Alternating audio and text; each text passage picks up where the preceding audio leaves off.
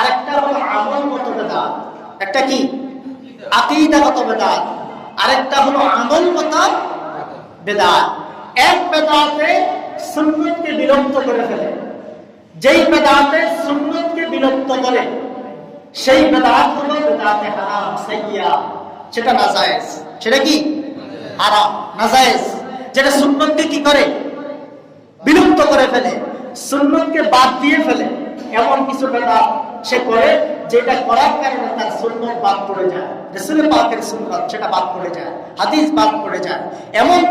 এমন কাজ যে করবে এটা হলো বেদাতে সাইয়্যা। এটা হলো আকীদাগত বেদাত। কি গত বেদাত? আকীদাগত। আরেকটা হলো আমলগত বেদাত, যেটা সুন্নতের বিলুপ্ত হয় না, সুন্নত বাদ পড়ে না। রাসূল পাকের ফরজ ওয়াজিব সুন্নত আদায়ের পরে যে কাজটা হয়, ওই কাজটা যদি কোনো গুনাহের কাজ না হয়, কোরআন এবং হাদিস এর মধ্যে কোনো নস না থাকে, দলিল না থাকে যে কাজটা হারাম, এই কাজটা হারাম, এমন কোন কোরআনের আয়াত না থাকে, এমন কোন হাদিস না থাকে, তাহলে সে কাজটাও বেদাত, কিন্তু সেটা বেদাতে হাসানা, সেটা জায়েজ বেদাত, আমলগত বেদাত। তাহলে বেদাত প্রথমত হলো দুইটা, একটা হলো আকীদাগত, আরেকটা হলো আমলগত। কথা বলেন ঠিক কিনা? এরপরে আছে বেদাতে 5 প্রকার। কয় প্রকার? বেদাত 5 প্রকার। এই বেদাত 5 প্রকার, এটা আমার কথা আর আপনার কথা না, এটাও ভাগ করে গিয়েছেন ইমাম আবেদিন শামী রহমাতুল্লাহ আলাইহি। ফতোয়ায়ে শামী প্রথম খণ্ডে 255 পৃষ্ঠায় তিনি উল্লেখ করেন, ফাআম্মাল বিদআতু ফাহিয়া খামসাতু আকসাম। বেদাত হলো 5 প্রকার। বেদাত কত প্রকার? কথা বলেন, বেদাত কত প্রকার? 5 প্রকার। 1 নম্বর বেদাত হলো কাজটা বেদাত। কাজটা কি? বেদাত, কিন্তু এই বেদাতটা করা ওয়াজিব। এটা করা কি? ওয়াজিব। দ্বিতীয় নম্বর হলো বেদাতে মুহাররামা। বেদাতে মুহাররামা, কাজটা হারাম, বেদাত। তৃতীয় নম্বর হলো বেদাতে মাকরুহা। এই কাজটা মাকরুহ, কাজটা কি? বেদাত। চতুর্থ নম্বর হলো বেদাতে মানদুবা। বেদাতে মানদুবা, যা আপনি করলে কোনো সওয়াব নাই, ছাড়লে কোনো গুনাহ নাই। পঞ্চম নম্বর হলো বেদাতে মুস্তাহাব্বা। বেদাতে মুস্তাহাব, সেটা আপনি করলে সওয়াব, না করলে কোনো গুনাহ নাই। তাহলে বেদাত কয় প্রকার? এটাকে আমি বলছি না কিতাবের কথা, ফতোয়ায়ে শামীর কথা। ফতোয়ায়ে শামীর প্রথম খণ্ডে 255 পৃষ্ঠা ইমাম আবেদিন শামী রহমাতুল্লাহ আলাইহি তিনি বেদাত ভাগ করে গেছেন। আচ্ছা বলেন তো, বেদাত চালু হলো কোন সময়? মনোযোগ, বেদাত চালু হলো কোন সময়? বেদাত চালু হয়েছে রাসূল পাকের সাহাবাদের জামানায়। কোন সময়? সাহাবাদের জামানায় বেদাত চালু হয়েছে। ভালো করে শুনেন, বুখারী শরীফের হাদিস, হাদিসটা বুখারীতে আসছে। আম্মা জান আয়েশা সিদ্দিকা রাদিয়াল্লাহু তাআলা আনহার জামানায় একদল লোক মসজিদে নববীর মধ্যে সালাতুদ দুহা, শাস্তের নামাজ জামাতে আদায় করতেছে। কিসে? জামাতে। শাস্তের নামাজ জামাতে আদায় করতেছে। প্রসিদ্ধ সাহাবী হযরতে আব্দুল্লাহ বিন আব্বাস রাদিয়াল্লাহু তাআলা আনহু, তিনি যাই আম্মা জান আয়েশা সিদ্দিকাকে জিজ্ঞাসা করলো, আম্মা জান এই কাজটা কি? আম্মা জান আয়েশা সিদ্দিকা রাদিয়াল্লাহু তাআলা আনহা বলছেন, হাযা বিদআতুন, কাজটা বেদাত। এটা কি? বেদাত। অর্থাৎ রাসূলের জামানায় রাসূল করিম সাল্লাল্লাহু আলাইহি সাল্লাম থাকতে শাস্তের নামাজ, সালাতে দুহার নামাজ কেউ জামাতে পড়ে?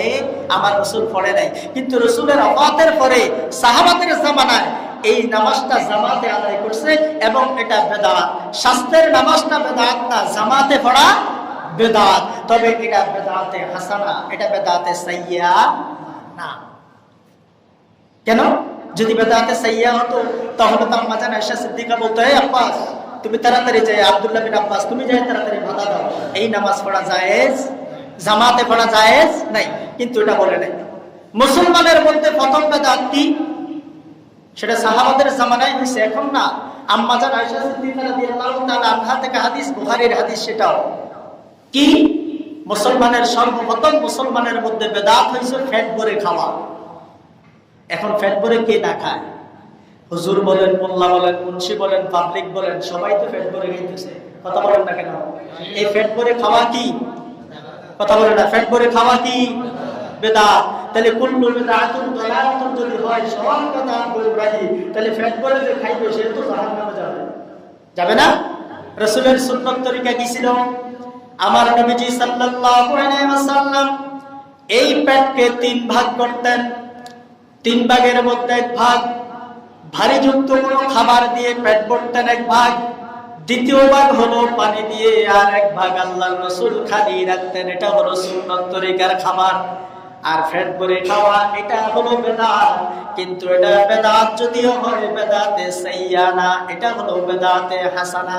এটা সুন্নতকে বিলুপ্ত করে নাই। ঠিক কিনা বলেন? তাহলে সবাই তো পেট ভরে খায়।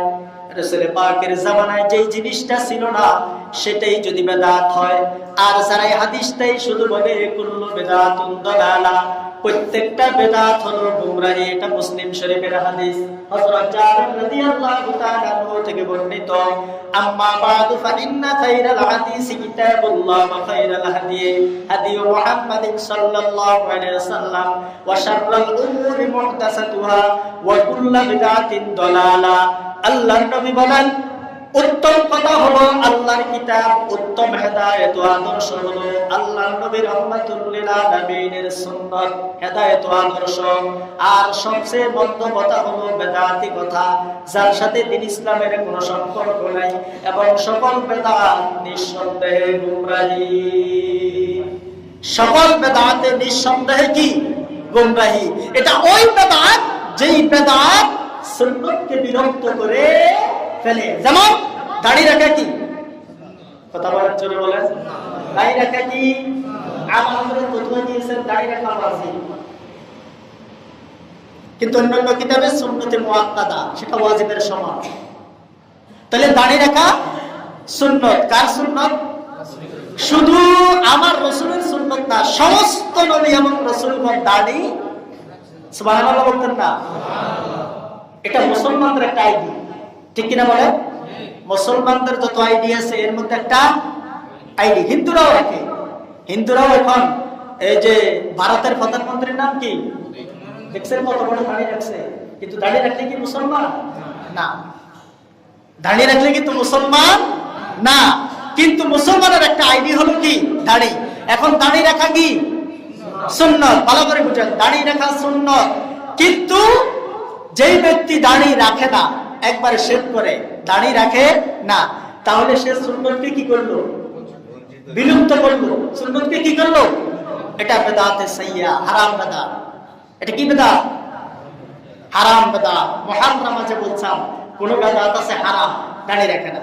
আরেক কিছু লোক আছে দাড়ি রাখে, কিন্তু দাড়ি রাখা হলো 4 আঙ্গুল অথবা 1 মুষ্টি রাখা সুন্নাত, কিন্তু 1 মুষ্টি রাখে না। এই যে সাফার মধ্যে লাগাইয়া ছোট্ট ছোট্ট করে দাড়ি রাখে, আছে না নাই? এখন তো দাড়ি রাখা একটা স্যাম্পল। নাউজুবিল্লাহ বলেন। দাড়ি রাখা কি স্যাম্পল? দেখবেন যুবক আছে, কিছু যুবক, সবাই না, কিছু যুবক আছে তারা এখন দাড়ি রাখে, এটারে ফ্যাশন মনে করে তারা দাড়ি রাখে। রাসূলের সুন্নাত হিসাবে সেই দাড়ি রাখে। আবার কিছু যুবক আছে সুন্নাত হিসাবে দাড়ি রাখছে, কিন্তু বেশিরভাগ লোক দেখবেন স্যাম্পল হিসাবে দাড়ি রাখছে, কিন্তু 1 মুষ্টি না। 1 মুষ্টির কম যদি হয় তাহলে সুন্নাত আদায় হবে? এটা বেদাত। 1 মুষ্টি দাড়ি রাখা রাসূল করিম সাল্লাল্লাহু আলাইহি ওয়াসাল্লামের সুন্নাত। সেটা বলেন কি? সুন্নাত। তাহলে এই বেদাত সম্পর্কে মুসলিম শরীফের হাদিস, হাদিসটা বলে। আমি আরেকটা হাদিস আপনাদের সম্পর্কে উল্লেখ করব, সেটাও মুসলিম শরীফের হাদিস। এই হাদিসটা আমার জীবনে কোনো বক্তার মুখে আমি শুনিনি আজ পর্যন্ত। হাদিসটা কিন্তু মুসলিম শরীফের হাদিস, সিয়াসিত্তার প্রসিদ্ধ কিতাব মুসলিম শরীফ। হাদিসটা বর্ণনা করেছেন হযরত জারির বিন আব্দুল্লাহ রাদিয়াল্লাহু তাআলা আনহু, রাসূল করিম প্রসিদ্ধ সাহাবা, আল্লাহর নবীর সাহাবা। তিনি বলেন, আল্লাহর নবী ইরশাদ করেছেন, মান সান্না ফিল ইসলামি সুন্নাতান হাসানা। মুসলিম শরীফের হাদিস, মান সান্না ফিল ইসলামি সুন্নাতান হাসানান ফালাহু আজরুহা ওয়া আজরু মান আমিলা বিহা বাদাহু মিন গায়রি আন ইয়ানকুসা মিন উজুরিহিম শাই। আল্লাহর নবী রাহমাতুল লিল আলামিন তিনি ইরশাদ করেছেন, কোন ব্যক্তি যদি ইসলামের মধ্যে কোন উত্তম তরিকা বা নিয়ম নীতি জারি করে, ইসলামের মধ্যে মান সান্না ফিল ইসলাম সুন্নাতান হাসানা, কোন ব্যক্তি যদি ইসলামের মধ্যে নতুন কোন নিয়ম, নতুন কোন তরিকা যদি কোন বান্দা, আল্লাহ পাকের কোন বান্দা, রাসূল পাকের কোন উম্মত যদি সেই নতুন নিয়ম নীতি যদি জারি করে, উত্তম নিয়ম কেউ যদি জারি করে, তাহলে তার সওয়াব তার আমলনামায় যাবে। সুবহানাল্লাহ। আর এই উত্তম তরিকা আল্লাহ পাকের যে বান্দা, রাসূল পাকের যে উম্মত পালন করবে, যতগুলো উম্মত পালন করবে, যতগুলো বান্দা তা পালন করবে, ওই বান্দাগুলো এই আমল করে যে সওয়াব অর্জন করলো, তার একটা সওয়াবের অংশ যেই নিয়ম নীতি জারি করলো, চালু করলো, তার আমলনামার মধ্যে একটা সওয়াবের অংশ যাবে। বলেন সুবহানাল্লাহ। একটা সওয়াবের অংশ তার আমলনামার মধ্যে কি করবে? যাবে। যেমন যেমন রাসূল পাকের জামানায় কোনো মাদ্রাসা ছিল না, সাহাবাদের জামানায় কোনো মাদ্রাসা ছিল না, তাবেঈনদের জামানায় কোনো মাদ্রাসা ছিল না। আলিয়া বলেন, কওমি বলেন, খারিজি বলেন, আহলে হাদিসের মাদ্রাসা বলেন, যত মাদ্রাসা আছে, কোন মাদ্রাসা রাসূল পাকের জামানায় ছিল? কথা বলেন, ছিল? তাইলে মাদ্রাসা করা বেদাত। মাদ্রাসা করা কি বেদাত? এটা ইসলামের মধ্যে নতুন নিয়ম, নতুন তরিকা। কিন্তু এই নতুন যে তরিকাটা যিনি চালু করলেন, এটা কিন্তু খারাপ না। কারণ যদি মাদ্রাসা না হতো, আমাদের ছেলেমেয়েরা কোথায় লেখাপড়া করবে? আলেম শিখবে কোথায়? নামাজ শিখবে কোথায়? রোজা শিখবে কোথায়? হজ শিখবে কোথায়? কোরআন শিখবে কোথায়? মাসলা মাসাইল শিখবে কোথায়? সেটার জন্য মাদ্রাসার প্রয়োজন হলো।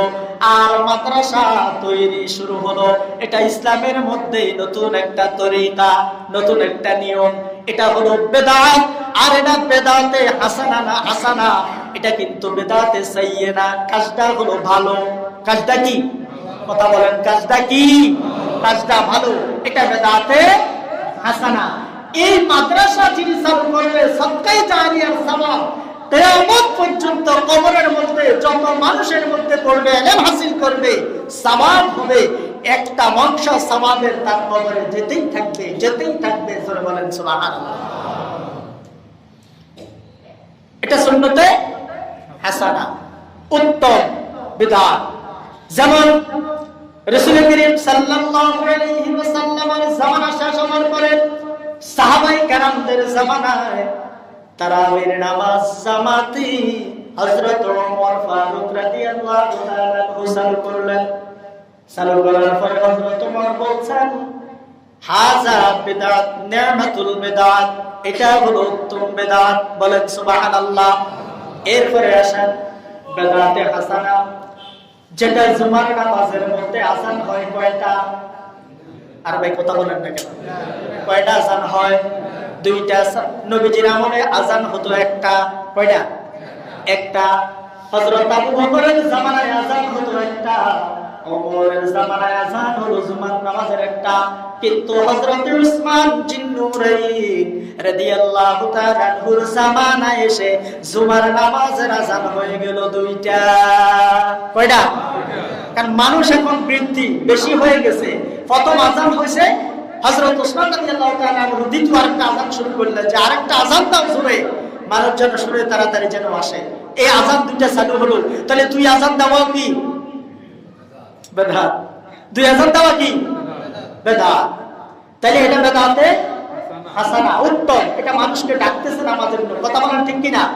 কিন্তু রাসূল করিম সাল্লাল্লাহু আলাইহি ওয়াসাল্লামের জামানায় মসজিদে নববীর মধ্যে মিম্বারের মধ্যে আল্লাহর রাসূল খুতবা দিতেন আরবিতে।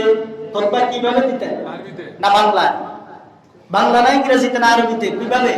আরবিতে। আমার রাসূল খুতবা দিতেন কিসে? আরবিতে। কিন্তু এখন বাংলাদেশে কিছু মসজিদ দেখা যায় মিম্বারে দাঁড়ায় বাংলায় খুতবা দেয়। কিসে খুতবা দেয়? বাংলায় খুতবা দেয়। এটা বেদাত। সুন্নাত বিলুপ্ত করতেছে। সুন্নাত কি করতেছে? বিলুপ্ত করতেছে।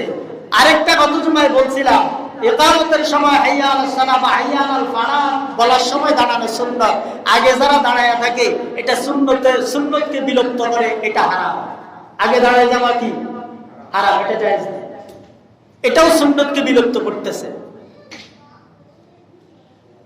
রাসূল করিম সাল্লাল্লাহু আলাইহি ওয়াসাল্লাম সুন্নত মোতাবেক যে চলবে, সুন্নতের বাহিরে যে আমল সে করবে, যদি সুন্নত বাদ না পড়ে যায়, বিলুপ্ত না হয়ে যায়, অর্থাৎ আমি এমন একটা কাজ করলাম যে কাজটা করার কারণে এটার এগেইনস্টে একটা কাজ, যে কাজটা বাদ পড়ে যাচ্ছে, আমি যে কাজটা করছি কিন্তু সেটা একটা সুন্নত, আমার কাজটা আমি ইচ্ছামতো করতেছি, এটা বেদাত। সুন্নত বাদ পড়ে এটা বেদাতে হাসানা, এটা বেদাতে সাইয়্যা, এটা হারাম বেদাত। কি বেদাত? হারাম বেদাত। পক্ষান্তরে ইসলামের মধ্যে ওয়ামান সান্না ফিল ইসলামি সুন্নাতান সাইয়্যা কানা আলাইহি বিজরুহা ওয়া ইসরু মান আমিলা বিহা মিন বাদিহি মিন গায়রি আন ইয়ানকুসা মিন আওজারিহিম শাই'আন। রাওয়াহু মুসলিম। আল্লাহ রাসূল সাল্লাল্লাহু আলাইহি ওয়াসাল্লাম বলেন, যে ব্যক্তি ইসলামে কোন মন্দ তরিকা জারি করে, মন্দ তরিকা জারি করে, খারাপ তরিকা জারি করে, আর এর জন্য যে গুনাহ হবে তার আমলনামায় যাবে, আর এটা যে আমল করবে কিয়ামত পর্যন্ত সেটাও তার আমলনামার মধ্যে একটা অংশ যাইতে থাকবে। বলেন নাউজুবিল্লাহ। আর জোরে বলেন নাউজুবিল্লাহ। তাহলে বেদাত পাঁচ প্রকারের মধ্যে প্রথম বেদাত বেদাতে ওয়াজিবা, যেমন নাহু সরফ শিক্ষা করা। যারা মাদ্রাসায় লেখাপড়া করছেন তারা এই কথাটা ভালো বুঝবেন, যারা মাদ্রাসায় পড়েন না বলতে পারবেন না। নাহু সরফ যদি আপনি না পড়েন, আপনি কোরআনের ব্যাখ্যা, হাদিসের ব্যাখ্যা আপনি বুঝবেন না। কোরআন এবং হাদিসের যে অর্থ, যে শব্দ, শব্দের ব্যাখ্যা বিশ্লেষণ বুঝতে হলে নাহু সরফ পড়তে হয়, যেমন ব্যাকরণ, এগুলো পড়তে হয়। পড়লে আপনি কোরআন হাদিস বুঝবেন। এই নাহু সরফ শিক্ষা করা বেদাতে হাসানা, এটা বেদাত, কিন্তু এটা ওয়াজিব। শিক্ষা করা কি ওয়াজিব। বেদাতে মুহাররামা, হারাম বেদাত, যেটা এতক্ষণ আমি বলছি। এরপরে এমন কিছু বেদাত আছে, যেমন ডিজে অনুষ্ঠান, গায়ে হলুদের নামে এমন কিছু অনুষ্ঠান করে, সাংস্কৃতিক, নারী পুরুষের সাথে নাচানাচি, আছে না নাই? কথা বলেন আছে না নাই? এটা জায়েজ না না জায়েজ? হারাম। এটা কি? কথা বলেন, এটা কি? হারাম। এটা হারাম বেদাত, এটা করা যাবে, এটা করা যাবে না। এরপরে দ্বিতীয় নাম্বার বেদাতে মাকরুহা। বিশেষ করে বেদাতে মাকরুহা হলো এই বেদাত, যেমন মসজিদকে অতি সৌন্দর্যমণ্ডিত করা, অতি সৌন্দর্যমণ্ডিত করা, এটা বেদাতে মাকরুহা। বেদাতে কি? মাকরুহা। চতুর্থ নম্বর হলো বেদাতে মানদুবা, যে কাজটা করলেই কোনো সওয়াব নাই, ছাড়লে কোনো গুনাহ। যেমন সাফান করো, সাফান করো, এটা কোরআনের কোন আয়াতে নেই, হাদিসে নেই। সাফান আমার রাসূল করে, কথা বলেন না কেন? করে নাই। সাফান যদি কেউ করে গুনাহ হবে? কথা বলেন না কেন? গুনাহ হবে? আচ্ছা, যদি সাফান কেউ না করে, সাফান যদি কেউ করে সওয়াব হবে না? কেউ যদি না করে, সাখানা, গুনাহ হবে? এটা হলো বিদআতে মানদুবা। করলে করতে পারেন, ছাড়লে করলে করতে পারেন, ছাড়লে। যেমন আল্লাহ রাসূল সাল্লাল্লাহু আলাইহি ওয়াসাল্লাম সম্পর্কে আল্লাহর নবী কি ইশারা করে আল্লাহ রাব্বুল আলামিন বলেন, মা আতাকুমুর রাসূলু ফাখুযুহু ওয়া মা নাহাকুম আনহু ফান্তাহু। আল্লাহ পাক বলে, যারা আমার বান্দারা, আমার নবী পাক সাল্লাল্লাহু আলাইহি ওয়াসাল্লাম যা তোমাদেরকে আদেশ করলেন তোমরা তা পালন করো, আর যা নিষেধ করেছেন তা তোমরা বর্জন করো। রাসূল সাল্লাল্লাহু আলাইহি ওয়াসাল্লাম যা আদেশ করেছেন তা কি করো? কথা বলেন। নবীজি যা আদেশ করছেন তা পালন, আর যা নিষেধ করছেন তা কি করো? আমাকে একজন বলছে যে হুজুর আপনারা ঠিক না বেঠিক যে বলেন না, ঠিক না বেঠিক আমরা কেমনে কমু? কথা তো ঠিক, তো ঠিক না বেঠিক তো এখন কইতেছি না, কইতেছি যেটা কইয়া দিতেছি সেটা দ্বিতীয়বার বলেন। নবীজি যেটা আদেশ করছেন, আল্লাহর হুকুম, মা আতাকুমুর রাসূলু ফাখুযুহু, যা আমার রাসূল আদেশ করছেন তা তোমরা কি করো, যা নিষেধ করছেন তা তোমরা কি করো, ছাড়ো। এখন আমার প্রশ্ন হলো, যে কাজের আদেশ আমার রাসূল করে নাই, নিষেধ করে নাই, সেই কাজটা করা কি? যদি প্রশ্ন করেন হুজুর এমন কোন কাজ আছে যে আমার গোসল করে নাই? আছে না? যেমন সাফান আমার গোসল করছে? কথা বলেন, করছে? করে নাই। আমি যে আবা পড়ছি, আবা কি আমার গোসল করছে? করে নাই।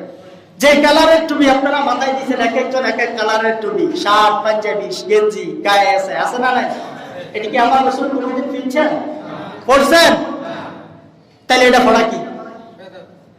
এটা কোরআনে, যেটা কোরআনে আদেশ নেই, ভালো করে বুঝেন, যেটা কোরআনের মধ্যে আদেশ নেই কাজটা করো, নিষেধও নাই কাজটা করো না, শরীয়তের পরিভাষায় সেই কাজটাকে বলা হয় মুবাহ। কি বলা হয়? মুবাহ। মুবাহ শব্দের অর্থ হলো যে কাজটা করলে কোনো সওয়াব নাই, ছাড়লে কোনো গুনাহ নাই। কথা বুঝেন? করলে কোনো, না করলে কোনো। কিন্তু হানাফি মাযহাবে, এখন মাযহাবের কথা বলতে হয়, হানাফি মাযহাবের মধ্যে আছে যে কাজটা মুবাহ কাজ, এই মুবাহ কাজটা যদি ফতোয়া শামির মধ্যে আছে, ফিকহে আকবরের মধ্যে আছে, কাওয়াইদুল ফিকহ নামক কিতাবের মধ্যে, ফতোয়ার যত কিতাব ওই কিতাবের মধ্যে আছে, প্রত্যেক মুবাহ কাজ যদি কোনো বুজুর্গান দিন, কোনো বড় কোনো আলেম, কোনো মুফাসসির, কোনো মুহাদ্দিস, কোনো বুজুর্গ, কোনো আল্লাহর ওলি যদি মুবাহ কাজটা করে, সেটা আর মুবাহ থাকে না, সেটা মুস্তাহাব হয়ে যায়। কাজটা করলে সওয়াব হয়, নেক হয়। সুবহানাল্লাহ। কথা বুঝছেন আমার? কথা বুঝছেন?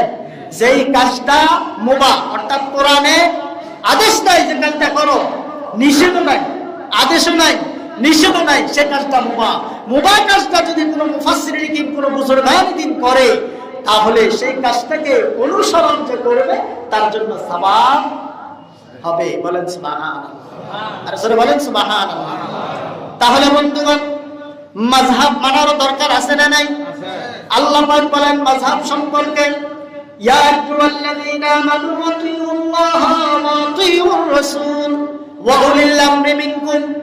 আল্লাহ রাব্বুল আলামিন বলেন, আনুগত্য করো তোমরা আমি আল্লাহ পাকের, আনুগত্য করো আমার রাসূলের, আর আনুগত্য করো তোমাদের মধ্যে যারা উলুল আমর। উলুল আমর যারা, উলুল আমর কারা? হযরতে আব্দুল্লাহ বিন আব্বাস, হযরতে মুজাহিদ রাদিয়াল্লাহু তাআলা আনহু, তারা এই উলুল আমরের ব্যাখ্যা করেছেন। আমরের ব্যাখ্যা করেছেন যে উলুল আমর বলা হয় তাদেরকে যারা হলো উম্মতি মুহাম্মদের মধ্যে উলামায়ে কেরাম, ফুকাহায়ে কেরাম, তারা হলো উলুল আমর। বলেন সুবহানাল্লাহ। তাহলে আল্লাহ বলছেন যে তোমরা আমার আনুগত্য করো, আদেশ মানো, আমার রাসূলের আনুগত্য করো, আদেশ মানো। তোমাদের মধ্যে যারা উলুল আমর, জ্ঞানী ব্যক্তি যারা, ফুল জ্ঞান, যাদের কোরআন এবং হাদিসের অসংখ্য গণিত জ্ঞান আছে, ইলম হাসিল করেছেন, তাদের তোমরা আনুগত্য করো, হুকুম মানো। বলেন সুবহানাল্লাহ। তার আরেকটা দলিল আছে, ইমাম বুখারীর আগের কিতাব, ইমাম বুখারীর অর্থাৎ বুখারী শরীফের আগের কিতাব, যিনি ইমাম বুখারীর উস্তাদ ইমাম দারিমি, তিনি একটা কিতাব লিখছেন দারিমি শরীফ, 2 খণ্ডে। কত খণ্ড? 2 খণ্ড। বুখারীর কি উস্তাদ, বুখারীর একদল লোক, বিশেষ করে আমার আহলে হাদিসের যে ভাইরা আছে, সে ভাইরা বুখারী শরীফটা বেশি মানে, বুখারী শরীফকে বেশি প্রাধান্য দেয়। ঠিক কিনা বলেন? বুখারী শরীফকে বেশি প্রাধান্য দেয়। অথচ বুখারীর উস্তাদ তার কিতাব মানে না, তার উস্তাদকে মানে না।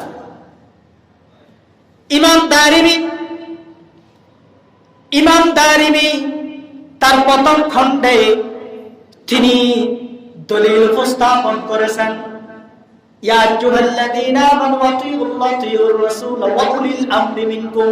ওয়া উলিল আমরি মিনকুম এর ব্যাখ্যায় বুখারীর উস্তাদ ইমাম দারিমি, দারিমি শরীফের প্রথম খণ্ডে 128 পৃষ্ঠায় তিনি উল্লেখ করেছেন, পৃথিবীর কোন মানুষ যদি 4 মাযহাব, ইমাম আযম আবু হানিফা, ইমাম শাফিঈ, ইমাম মালিক, ইমাম হাম্বল, এই 4 জন ইমামকে কেউ যদি গালি দেয়, এই চারটা ইমামকে অনুসরণ করা শিরক বিদআত যদি বলে, চারটা মাযহাবের ইমাম যদি পথভ্রষ্ট কোন ব্যক্তি বলে, ওই ব্যক্তির ইমাম থাকবে না, সে কাফের হয়ে যাবে। নাউজুবিল্লাহ বলেন, সে কি হবে? কাফের হয়ে যাবে। তাহলে তার দলিলও বোঝা যায় ইমাম মানা, চার ইমাম হক, হানাফি, শাফিঈ, হাম্বলি, মালিকি। কয়টা? জোরে বলেন কয়টা? চারটা হক, সত্য, কিন্তু চারটাকে মানতে হবে, অনুসরণ করতে হবে যে কোনো একটা। যে কোনো কয়টা? কথা বলেন না, যে কোনো কয়টা? একটা। তারা বলে থাকে কিছু ভাইয়েরা যে কেন আমরা ইমাম মানবো কোরআন হাদিস থাকতে? কেন আমরা ইমাম মানবো? আমি তো প্রথমে বলছি আপনারা আমার অনুসরণ করেন, করেন না? করে আমার পিছনে নামাজ পড়েন না? এটা তো মাযহাব। আহলে হাদিসের যে সমস্ত ভাইয়েরা আছে তাদের আলেম ওলামা একবারে সীমিত, একবারে সীমিত আলেম, কিন্তু তাদের অনুসারী আছে মোটামুটি, বাংলাদেশের কথা বলছি আছে। তারা অনুসরণ করে কাকে? তাদের যে আলেম আছে তাকে অনুসরণ করে না। কারণ সে কি বুখারী শরীফ চিনে? জীবনে তার 14 গোষ্ঠী বুখারী শরীফ দেখছে নাকি? বলে বুখারী শরীফ, বুখারী শরীফ বলে, বুখারী শরীফ তো 14 গোষ্ঠী দেখে নেয়, মুসলিম শরীফ দেখে নেয়, কিন্তু বুখারীর দলিল দেয় কথায় কথায়, এটা বুখারী শরীফ। আর বুখারী শরীফ তুমি কার কাছ থেকে শুনছো? ইউটিউবের মধ্যে সে বলতেছে এমন এমন আমার আহলে হাদিসের আলেম আছে, তারা কথা বলে কিন্তু হাদিসের আমানত বলে না। কোন হাদিসে আছে? হাদিসের কিতাব কি? কিতাবের নাম কি? সেই কিতাব কে লিখছে? কত ঘন্টার মধ্যে আছে? কোন জায়গায় আছে? সেটার রেফারেন্স আমার কিছু লোক আছে দেয় না, কিছু লোক আমার আছে তারা দেয়, তারা দেয়, বলে তারা মাযহাব মানতে রাজি না। তো মাযহাব যদি তুমি ইমামে আজমকে মানো না, তুমি কাকে মানো? যারা ইউটিউবে তোমাদের যে আলেম আছে তাদেরকে তোমরা অনুসরণ করো, তারা বলছে তুমি সেটাকে মেনে তার অনুযায়ী তুমি কি করো? আমল করো। অন্ধবিশ্বাসে দেখেন ইমামে আজম আবু হানিফা রাহমাতুল্লাহ আলাইহিকে মানে না, অথচ ইমামে আজমের ছাত্রের ছাত্রের ছাত্র ইমাম বুখারী তারে মানে। আরে মিয়া সাহেব, ইমাম বুখারী হাদিস সংকলন করলেন কার কাছ থেকে? বুখারীতে যে হাদিস উঠেছে কার কাছ থেকে হাদিস নিলেন? তিনি হাদিস নিছেন ইমাম বুখারীর ছাত্রের ছাত্র থেকে। ইমাম বুখারী যার কাছ থেকে হাদিস নিছেন তার উস্তাদ হলো ইমাম বুখারীর ছাত্র। ইমাম বুখারীর ছাত্র হাদিস নিলেন ইমাম বুখারী আরে ইমামে আজম থেকে। ইমামে আজম আবু হানিফা রাহমাতুল্লাহ আলাইহি থেকে হাদিস নিলেন ইমাম মুহাম্মদ, ইমাম আবু ইউসুফ, ইমাম জুফার। তাদের কাছ থেকে হাদিস নিলেন ইমাম আহমদ বিন হাম্বল। ইমাম আহমদ বিন হাম্বলের কাছ থেকে হাদিস নিছেন ইমাম বুখারী। তাহলে ইমামে আজমকে মানে না, ইমাম বুখারীকে মানে। কথা বুঝেন আমার? আরে ভাই আমি যে কথাগুলো বলতেছি কথা বুঝেননি? কথা মাথায় ঢুকতেছে? কিছু কিছু লোক বলে যে না আপনি যে কথাগুলো করেন এই ভার্সিটিতে যেয়ে বলতে হবে, তারা ছাড়া কেউ বুঝতো না। আপনারা বুঝেন না আমার কথাগুলো? আমার আলোচনা যে না বুঝবে সে পৃথিবীর কোনো মৌলবীর আলোচনা বুঝবে না। আমি যেভাবে ভাঙ্গা কথা বলি এরকম ভাঙ্গা কথা কেউ বলে না, একেবারে ক্লিয়ার করে। ইমাম আজম আবু হানিফা রাহমাতুল্লাহ আলাইহির ছাত্র ইমাম মুহাম্মদ, ইমাম জুফার, ইমাম আবু ইউসুফ, তাদের ছাত্র ইমাম আহমদ বিন হাম্বল, তাদের ছাত্র হলো ইমাম বুখারী। ইমাম বুখারী হাদিস নিলেন তাদের কাছ থেকে। ইমাম বুখারী হাদিস নিলেন ইমাম দারিমি থেকে। দারিমি শরীফ মানে না, ইমাম বুখারীকে মানে। তাদের মতো বোকা, জাহেল, মূর্খ আর কি আছে কেউ? কথা বলেন, আর কি আছে কেউ? ইমামে আজম আবু হানিফা রাহমাতুল্লাহ আলাইহি তিনি কে? ইমামে আজম আবু হানিফা রাহমাতুল্লাহ আলাইহির জন্ম হলো 80 হিজরিতে। 4 জন সাহাবীর সাক্ষাৎ তিনি লাভ করেছেন। কয়জন? কথা বলেন না কেন? কয়জন? 7 জন সাহাবীর সাক্ষাৎ ইমামে আজম আবু হানিফা রাহমাতুল্লাহ আলাইহি সাক্ষাৎ লাভ করেছেন। ইমামে আজম আবু হানিফা রাহমাতুল্লাহ আলাইহি হযরত আনাস বিন মালিক রাদিয়াল্লাহু তাআলা আনহুকে ওযু করাইছেন। কুফার মধ্যে যাদের উস্তাদ ছিল রাসূল পাকের সাহাবী, সেই সমস্ত সাহাবীগণের তাবেঈন 1200 তাবেঈর দরসের মধ্যে বসে ইমামে আজম হাদিস শিখলেন, ইলম শিখলেন, নামাজ শিখলেন, ওযু শিখলেন। ইমামে আজম আবু হানিফা রাহমাতুল্লাহ আলাইহি বেশি বুঝলো না আহলে হাদিসেরা বেশি বুঝলো? চিন্তা করছেন? ইমামে আজম যার জন্ম 80 হিজরিতে আর ইমাম বুখারীর জন্ম 194 হিজরিতে। ইমামে আজমের উস্তাদ হলো রাসূল পাকের সাহাবী, সাহাবীগণের তাবেঈন। এরা হলো ইমামে আজমের উস্তাদ, শিক্ষক। সুবহানাল্লাহ। যে সাহাবীগণের শিক্ষক ছিলেন রাসূল, যার শিক্ষক ছিলেন আল্লাহ। সুবহানাল্লাহ। সেই রাসূলের ছাত্র হলো সাহাবী, সাহাবীগণের ছাত্র ইমামে আযম, সাহাবীগণের ছাত্র তাবিঈ, তাবিঈগণের ছাত্র হলো ইমামে আযম। তাকে মানে না, মানবে কাকে? ইমামে আযম এত বড় ইমাম। আমার বন্ধুরা, মক্কাতুল মুকাররমা মদিনাতুল মুনাওয়ারার মধ্যে হাম্বলি মাযহাব, শাফিঈ মাযহাবের অনুসারী বেশি, কিন্তু দেখেন নামাজের ক্ষেত্রে যে মাসালাটা, সেটা ইমাম আহমদ বিন হাম্বলের মাসালাটা তারা নেন নাই, ইমাম শাফিঈটা নেন নাই, ইমাম মালিকেরটা নেন নাই, ইমাম আযম আবু হানিফা রাহমাতুল্লাহি আলাইহির মাসালাটা তারা গ্রহণ করেছেন। বলেন সুবহানাল্লাহ। ইমাম শাফিঈ, ইমাম আহমদ বিন হাম্বল, ইমাম মালিক, চারো ইমামের ঐক্যমত যে নামাজ না পড়বে তাকে কতল করো। কি করো? আর ভাই কথা বলেন, তাকে কি করো? হত্যা করো। নামাজ যে না পড়বে, তিন মাযহাব ঐক্যমত, তাকে কতল করো। কিন্তু ইমামে আযমের মত হলো না, তাকে কতল করা যাবে না। এক ওয়াক্ত নামাজের জন্য গাদিতে 5টা বেত লাগাও। সৌদি আরব সেই মাসালাটাই গ্রহণ করছেন। তাইলে বুঝা যায় ইমাম আবু হানিফা ইমামে আযম, হানাফি মাযহাব শ্রেষ্ঠ মাযহাব। জোরে বলেন সুবহানাল্লাহ। ইমামে আযম আবু হানিফা রাহমাতুল্লাহি আলাইহি তার পণ্ডিত্য কতটুকু দেখেন। এক নাস্তিকের সাথে ইমামে আযমের বৈঠক হবে। নাস্তিক বলেছে এই পৃথিবী, আসমান, জমিন, চন্দ্র, সূর্য, গ্রহ, নক্ষত্র যা আছে এমনি এমনি সৃষ্টি হলো, সৃষ্টিকর্তা বলতে কেউ নাই। নাউজুবিল্লাহ। ইমামে আযম আবু হানিফা শুনলেন। শোনার পরে ওই পাত্রী ওই নাস্তিকের সাথে এসে বাহাস করবে। বাগদাদের মধ্যে বাহাসের অনুষ্ঠান করা হলো। অনেক মানুষ হাজির হলো। তারিখ হলো, দিন তারিখের পরে ওই তারিখ মতো, টাইম মতো নাস্তিক এসে হাজির হয়ে গেল। ইমামে আযমের সাথে বাহাস করবে। বাহাসের মূল বিষয় হলো আল্লাহ বলতে কিছুই নাই, সৃষ্টিকর্তা বলতে কিছুই নাই। নাস্তিকের কথা, ইমামে আযমের কথা, আল্লাহ বলতে একজন আছে, লা শারীক, যিনি সৃষ্টিকর্তা। জোরে বলেন সুবহানাল্লাহ। আমার বন্ধুরা, সময় মতো নাস্তিক হাজির। ইমামে আযম আবু হানিফা রাহমাতুল্লাহি আলাইহি তিনি হাজির হতে পারলেন না, তিনি হাজির হলেন না। 1 ঘন্টা পরে তিনি আসলেন। নাস্তিক ডাক দিয়ে বলে, এত বড় একজন আলেম, আপনার জবানের ঠিক নাই, আপনার সাথে কোনো বাহাস চলবে না। ইমামে আযম বলে, শুনো, আমার সাথে তোমার বাহাস হবে না, আমি মেনে নিলাম, বাহাসের প্রয়োজন নাই, কিন্তু আমি কেন দেরি করে আসলাম কথাটা তো শুনবে। বলে, হ্যাঁ, কথাটা শোনা যেতে পারে, বলো। ইমামে আযম বলে, আমি যখন আসতেছিলাম নদীর পাড়ে, যখন আসলাম, এসে দেখি কোনো নৌকা নাই, কিছু নাই, কিভাবে পার হব। হঠাৎ করে দেখি নদীর পাড়ে একটা গাছ, বিশাল বড় একটা গাছ, কোন কাটার মতো লোক দেখলাম না, যন্ত্র দেখলাম না, এমনি এমনি গাছটা কেটে নদীতে পড়ে গেল। হঠাৎ করে দেখলাম গাছটা ছিঁড়ে ছিঁড়ে কাঠ হয়ে গেল। হঠাৎ করে দেখলাম মিস্ত্রি ছাড়া নৌকা হয়ে গেল। কিছুক্ষণ পরে দেখতেছি এই নৌকা এপার ওপার মানুষ পার করতেছে মাঝি ছাড়া। কি ছাড়া? মাঝি ছাড়া। এই কথা যখন বললেন, নাস্তিক বলতেছে, আপনি এত বড় একজন ইমাম, ইমামে আযম আপনাকে বলা হয়, এত বড় মিথ্যা কথা আপনি বললেন। বলে, কিসের মিথ্যা কথা? বলে, করাত ছাড়া, লোক ছাড়া গাছ কাটে কিভাবে? বুঝলাম এমনি এমনি কাটলো। কাঠ হলো কিভাবে? বুঝলাম কাঠ হলো। নৌকা হলো কিভাবে? বুঝলাম নৌকা হলো। নৌকা আবার এমনি এমনি কিভাবে যাতায়াত করতেছে, মানুষ পার করতেছে। এটা কি মিথ্যা কথা নয়? ইমাম আযম আবু হানিফা রাহমাতুল্লাহি আলাইহি বলে, নাস্তিক রে, শোনো শোনো শোনো, আমার যে কথাটা, এটা তো একটা সামান্য কথা। যদি এটা মিথ্যা কথা হয়ে যায়, তোমার কথাটা কি মিথ্যা না? এটা সামান্য একটা নৌকা এমনি এমনি হলো, তুমি তা বিশ্বাস করতে চাও না? তাহলে কুল কায়নাত, আসমান, জমিন, পাহাড়, পর্বত, সাগর, নদী, গাছপালা, জিন, ইনসান, সৃষ্টি জগতের মধ্যে যা কিছু আছে, এইগুলো এমনি এমনি হইল, কোন কারিগর ছাড়া, খালেক ছাড়া, আল্লাহ ছাড়া, সৃষ্টিকর্তা ছাড়া। এটা কি মিথ্যা হতে পারে না? এই কথাটা বলতে না বলতেই নাস্তিক ইমামে আযমের কদমের মধ্যে পড়ে গেলেন আর বলে, আজকে আপনার কথায় আমার দিমাগ খুলে গেল, আমার দিমাগ খুলে গেল, ব্রেন খুলে গেল। আর দেরি নয়, আমাকে কালমা পড়ায়া মুসলমান বানায়া দেয়।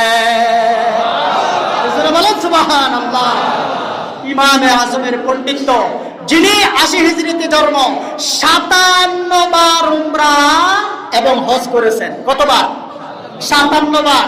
তার ব্যবসার টাকা দিয়া 20,000 ইমাম মুহাম্মদ, ইমাম আবু ইউসুফ, ইমাম জুফারের মতো ছাত্র যিনি বানাইছেন, তিনি হলেন ইমামে আযম আবু হানিফা রাহমাতুল্লাহি আলাইহি।